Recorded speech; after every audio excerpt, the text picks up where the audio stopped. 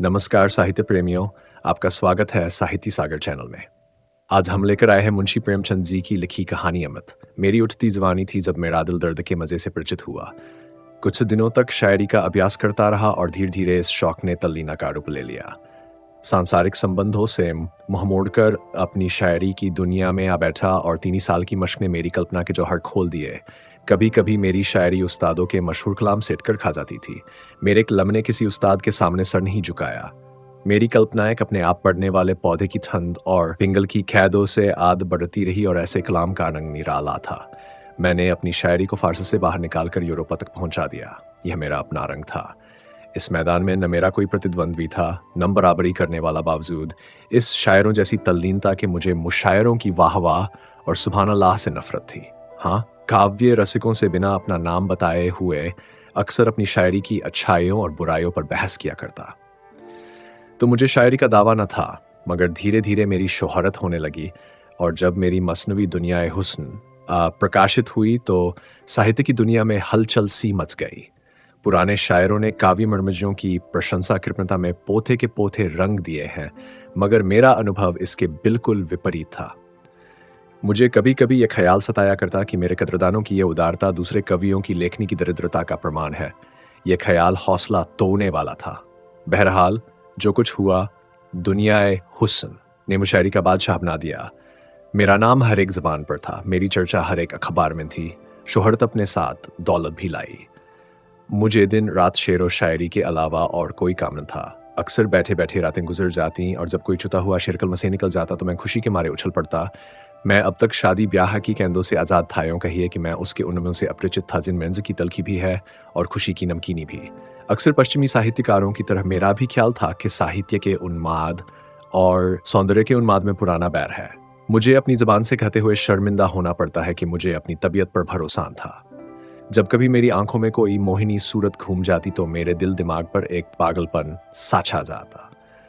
हफ्तों तक अपने को भूला हुआ सा रहता। लिखने की तरफ तबीयत किसी तरह झुकती। ऐसे कमजोर दिल में सिर्फ एक इश्क की जगह थी। इसी डर से मैं अपनी रंगीन तबीयत के खिलाफ अशुद्ध रखने पर मजबूर था।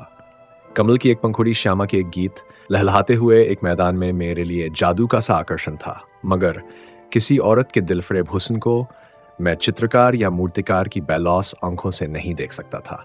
सुंदर स्त्री मेरे लिए एक रंगीन कातिल नागिन थी, जिसे देखकर आंखें खुश होती हैं मगर दिल डर से सिमट जाता है। खैर, दुनियाए हुस्न को प्रकाशित हुए 2 साल गुजर चुके थे। मेरी ख्याति बरसात की उमड़ी हुई नदी की तरह बढ़ती चली जाती थी। ऐसा मालूम होता था जैसे मैंने साहित्य की दुनिया पर कोई वशीकरण कर दिया है। इसी दौरान मैंने फुटकर शेर तो बहुत कहे, मगर दावतों और अभिनंदन पत्रों की भीड़ ने मार्मिक भावों को उभरने न दिया। प्रदर्शन और ख्याति एक राजनीतिज्ञ के लिए कोड़े का काम दे सकते हैं, मगर शायर की तबीयत अकेले शांति से एक कोने के बैठकर ही अपना जौहर दिखा लाती है। चुनांचे मैं इन रोज बरोज बढ़ती हुई बेहुदा बातों से गला छुड़ाकर भागा और पहाड़ के एक कोने में जा छिपा। नैरंग ने वहीं जन्म लिया।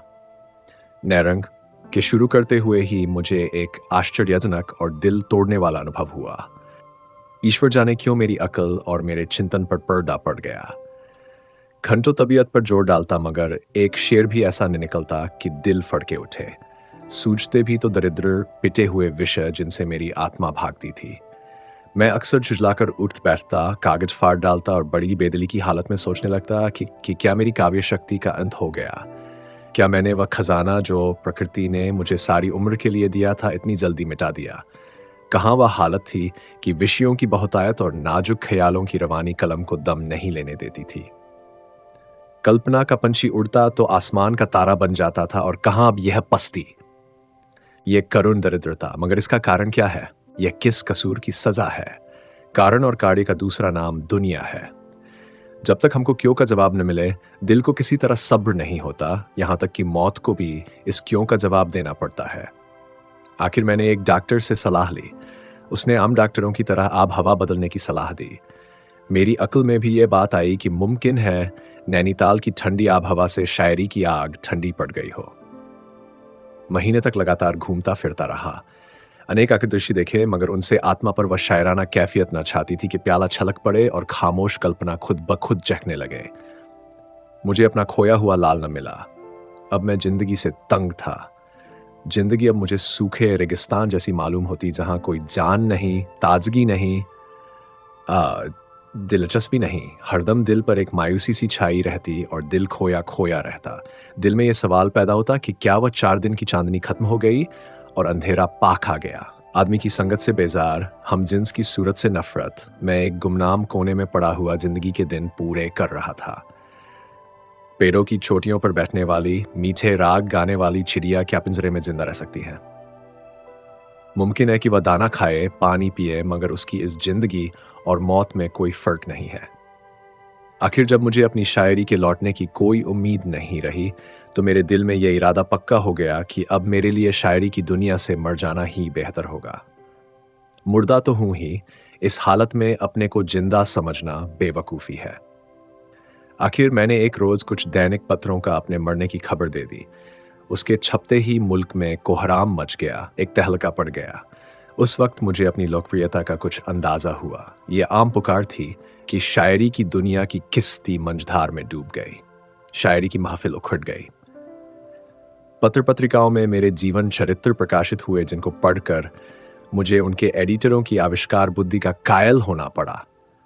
न तो मैं किसी रईस का बेटा था और न मैंने रईसी की मसनद छोड़कर फकीरी अख्तियार की थी। उनकी कल्पना वास्तविकता पर छा गई थी। मेरे मित्रों में एक साहब ने, जिन्हें मुझसे आत्मीयता का दावा था, मुझे पीने पिलाने का प्रेमी बना दिया था। वह जब कभी मुझसे मिलते, उन्हें मेरी आंखें नशे से लाल नजर आती। अगरचे इसी लेख में आगे चलकर उन्होंने मेरी इस बुरी आदत की बहुत हृदयता से सफाई दी थी, क्योंकि रुखा सूखा आदमी ऐसी मस्ती के शेर नहीं कह सकता। ताहम हैरत है कि उन्हें यह सरीहन गलत बात कहने की हिम्मत कैसे हुई। खैर, इन गलत बयानियों की तो मुझे परवाह न थी। अलबत्ता ये बड़ी फिक्र थी। फिक्र नहीं, एक प्रबल जिज्ञासा थी कि मेरी शायरी पर लोगों की जुबान से क्या फतवा निकलता है। हमारी जिंदगी के कारनामे की सच्ची दाद मरने के बाद ही मिलती है, क्योंकि उस वक्त वह खुशामद और बुराइयों से पाक साफ होती है। मरने वाले की खुशियारंज की कौन परवाह करता है। इसीलिए मेरी कविता पर जितनी आलोचना निकली हैं, उसको मैंने बहुत ठंडे दिल से पढ़ना शुरू किया। मगर कविता को समझने वाली दृष्टि की व्यापकता और उसके मर्म को समझने वाली रुचि का चारों तरफ काल सा मालूम होता था। अधिकांश जौहरियों ने एक एक शेर को लेकर उनसे बहस की, और इसमें शक नहीं कि वे पाठक की हैसियत से उस शेर के पहलुओं को खूब समझते थे। मगर आलोचक का कहीं पता न था। नजर की गहराई गायब थी। समग्र कविता पर निगाह डालने वाला कवि, गहरे भावों तक पहुंचने वाला कोई आलोचक दिखाई न दिया। एक रोज मैं उसमें प्रेतों की दुनिया से निकल घूमता हुआ अजमेर की पब्लिक लाइब्रेरी में जा पहुंचा। दोपहर का वक्त था। मैंने मेज पर झुककर देखा कि कोई नई रचना हाथ आ जाए तो दिल बहलाऊं। यकायक मेरी निगाह एक सुंदर पत्र की तरफ गई, जिसका नाम था कलामे अख्तर। जैसे भोला बच्चा खिलौने की तरफ लपकता है, उसी तरह झपटकर मैंने उस किताब को उठा लिया। उसकी लेखिका मिस आयशा आरिफ थी। दिलचस्पी और भी ज्यादा हुई। मैं इत्मीनान से बैठकर उस किताब को पढ़ने लगा। एक ही पन्ना पढ़ने के बाद दिलचस्पी ने बेताबी की सूरत अख्तियार की। फिर तो मैं बेसुधी की दुनिया में पहुंच गया। मेरे सामने गोया सूक्ष्म अर्थों की एक नदी लहरें मार रही थी। कल्पना की उठान, रुचि की स्वच्छता, भाषा की नरमी, काव्य दृष्टि ऐसी थी कि हृदय धन्य हो उठता था। मैं एक पैराग्राफ पढ़ता, विचार की ताजगी से प्रभावित होकर एक लंबी सांस लेता और तब सोचने लगता, इस किताब को सरसरी तौर पर पढ़ना असंभव था। यह औरत थी या सुरुचि की देवी। उसके इशारों से मेरा कलाम बहुत कम बचा था, मगर जहां उसने मुझे दाद दी थी, वहां सच्चाई के मोती बरसा दिए थे। उसके ऐतराजों में हमदर्दी और प्रशंसा में भक्ति था। शायर के कलाम को दोषों की दृष्टियों से नहीं देखना चाहिए। उसने क्या नहीं किया, यह ठीक कसौटी नहीं। बस यही जी चाहता था कि लेखिका के हाथ और कलम चूम लूं। सफीर, भोपाल के दफ्तर से एक पत्रिका प्रकाशित हुई थी। मेरा पक्का इरादा हो गया। तीसरे दिन शाम के वक्त मैं मिस आयशा के खूबसूरत बंगले के सामने हरी हरी घास पर टहल रहा था। मैं नौकरानी के साथ एक कमरे में दाखिल हुआ। उसकी सजावट बहुत सादी थी। पहली चीज पर निगाहें पड़ी, वह मेरी तस्वीर थी जो दीवार पर लटक रही थी। सामने एक आईना रखा हुआ था। मैंने खुदा जाने क्यों उसमें अपनी सूरत देखी। मेरा चेहरा पीला और कुम्हलाया हुआ था। बाल उलझे हुए, कपड़ों पर गर्द की एक मोटी तह जमी हुई परेशानी की जिंदा तस्वीर थी। उस वक्त मुझे अपनी बुरी शक्ल पर सख्त शर्मिंदगी हुई। मैं सुंदर न सही, मगर इस वक्त तो सचमुच चेहरे पर फटकार बरस रही थी। अपने लिबास के ठीक होने का यकीन हमें खुशी देता है। अपने फुहड़पन का जिस्म पर इतना असर नहीं होता जितना दिल पर। हम बुज़दिल और बेहौसला हो जाते हैं। मुझे मुश्किल से 5 मिनट गुज़रे होंगे कि मिस आयशा तशरीफ़ लाईं। सांवला रंग था, चेहरा एक गंभीर घुलावट से चमक रहा था। बड़ी-बड़ी नरगिसी आंखों से सदाचार की, संस्कृति की रोशनी झलकती थी। कद-मजोले से कुछ कम, अंग-प्रत्यंग छरहरे-सुथरे, ऐसे हल्की-फुल्की कि जैसे प्रकृति ने उसे इस भौतिक संसार के लिए नहीं, किसी काल्पनिक संसार के लिए सिरजा है। कोई चित्रकार कला की उससे अच्छी तस्वीर नहीं खींच सकता था। मिस आयशा ने मेरी तरफ तदबीनी निगाहों से देखा-मंगर देखते-देखते उसकी गर्दन झुक गई और उसके गालों पर लाज की एक हल्की परछाई नाचती हुई मालूम हुई। ज़मीन से उठकर उसकी आंखें मेरी तस्वीर तरफ गईं और फिर सामने पर्दे की तरफ जा पहुंचीं। शायद उसकी आड़ में छिपना चाहती थीं। मिस आयशा ने मेरी तरफ दबी निगाहों से देखकर पूछा, आप स्वर्गीय अख्तर के दोस्तों में से हैं? मैंने सिर नीचा किए हुए जवाब दिया, मैं ही बदनसीब अख्तर हूं। आयशा एक बेखुदी के आलम में कुर्सी पर से खड़ी हुई और मेरी तरफ हैरत से देखकर बोली, दुनिया हुस्न के लिखने वाले? अंधविश्वास के सिवा और किसने इस दुनिया से चले जाने वाले को देखा है? आयशा ने मेरी तरफ कई बार शक से भरी निगाहों से देखा। उनमें अब शर्म और हया की जगह के बजाय हैरत समाई हुई थी। मेरे कब्र से निकलकर भागने का तो उसे यकीन आ ही नहीं सकता था। शायद वह मुझे दीवाना समझ रही थी। उसने दिल में फैसला किया कि इस आदमी मरहूम का कोई करीबी अजीज है। शक्ल जिस तरह मिल रही थी वह दोनों के एक खानदान के का सबूत थी। मुमकिन है कि भाई हो वह अचानक सदमे से पागल हो गया है। शायद उसने मेरी किताब देखी होगी और हाल पूछने के लिए चला आया। अचानक उसे ख्याल गुजरा कि किसी ने अखबारों को मेरे मरने की झूठी खबर दे दी हो और मुझे उस खबर को काटने का मौका न मिला हो। इस ख्याल से उसकी उलझन दूर हुई। बोली, अखबारों में आपके बारे में एक निहायत मनहूस खबर छप गई थी? मैंने जवाब दिया, वह खबर सही थी। अगर पहले आयशा को मेरे दीवानेपन में कुछ था तो वह दूर हो गया।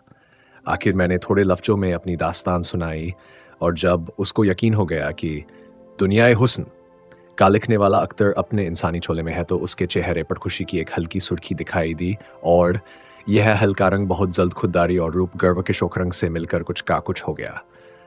गालिबन वह शर्मिंदा थी क्यों उसने अपनी कदरदानी को हद से बाहर जाने दिया। कुछ देर की शर्मीली खामोशी के बाद उसने कहा, मुझे अफसोस है कि आपको ऐसी मनहूस खबर निकालने की ज़रूरत हुई। मैंने जोश में भरकर जवाब दिया, आपके कलम की ज़बान से दाद पाने की कोई सूरत न थी।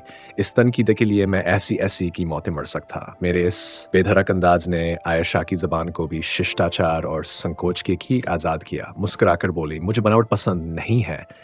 डॉक्टरों ने कुछ बतलाया नहीं? उसकी इस मुस्कुराहट ने मुझे दिल लगी करने पर आमादा किया। बोला, अब मसीहा के सिवा इस मर्ज का इलाज और किसी के हाथ नहीं हो सकता। आयशा इशारा समझ गई, हंसकर बोली, मसीहा चौथे आसमान पर रहते हैं। मेरी हिम्मत ने अब और कदम बढ़ाए। रूहों की दुनिया से चौथा आसमान बहुत दूर नहीं है।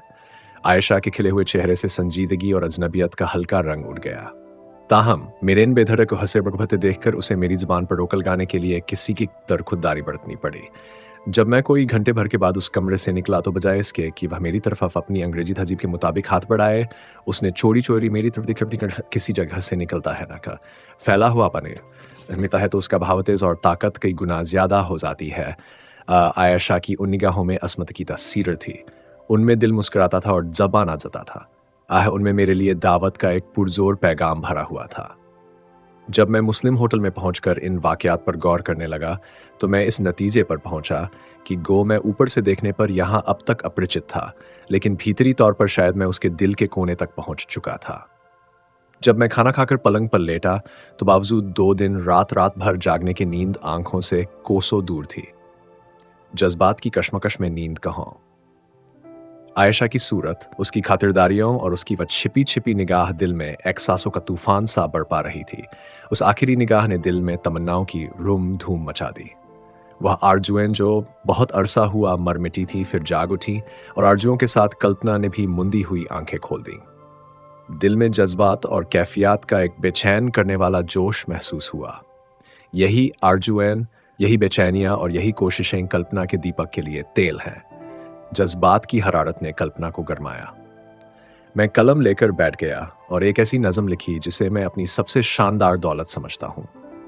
मैं एक होटल में रह रहा था मगर किसी न किसी हीले से दिन में कम से कम एक बार जरूर उसके दर्शन का आनंद उठाता। गो आयशा ने कभी मेरे यहाँ तक आने की तकलीफ नहीं की। तो भी मुझे ये यकीन करने के लिए शहादतों की ज़रूरत न थी ना कि वहाँ किस कदर सरगर्मी से मेरा इंतज़ार किया जाता था। मेरे कदमों की पहचानी हुई आहटे पाते ही उसका चेहरा कैसे कमल की तरह खिल जाता था और आंखों से कामना की किरणें निकलने लगती थीं।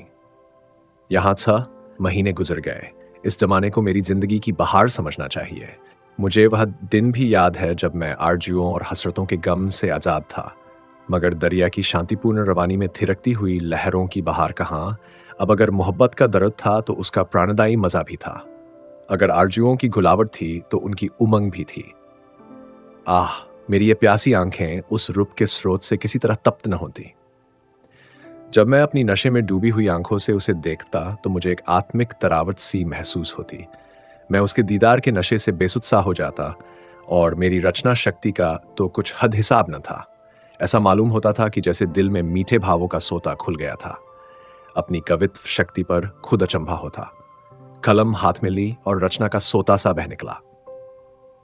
नैरंग में ऊंची कल्पनाम न हो, बड़ी गूढ़ बातें न हो, मगर उसका एक एक शेर प्रवाह और रस, गर्मी और घुलावट की दाद दे रहा है। ये उस दीपक का वरदान है जो अब मेरे दिल में जल गया था और रोशनी दे रहा था। ये उस फूल की महक थी जो मेरे दिल में खिला हुआ था। मोहब्बत रूह की खुराक है, यह अमृत की बूंद है जो मरे हुए भावों को जिंदा कर देती है। मोहब्बत आत्मिक वरदान है। ये जिंदगी की सबसे पाक, सबसे ऊंची मुबारक बरकत है। यही अक्सीर थी जिसकी अनजाने ही मुझे तलाश थी। वह रात कभी नहीं भूलेगी जब आयशा दुल्हन बनी हुई मेरे घर में आई। नैरंग उसकी मुबारक जिंदगी की यादगार है।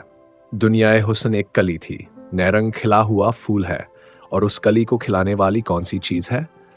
वही जिसकी मुझे अनजाने ही तलाश थी और जिसे मैं अब पा गया था। यदि इस प्रस्तुति ने आपके हृदय को स्पर्श किया हो तो कृपया इस वीडियो को लाइक करें, कमेंट करें और साहित्य सागर चैनल को सब्सक्राइब करना न भूलें। धन्यवाद।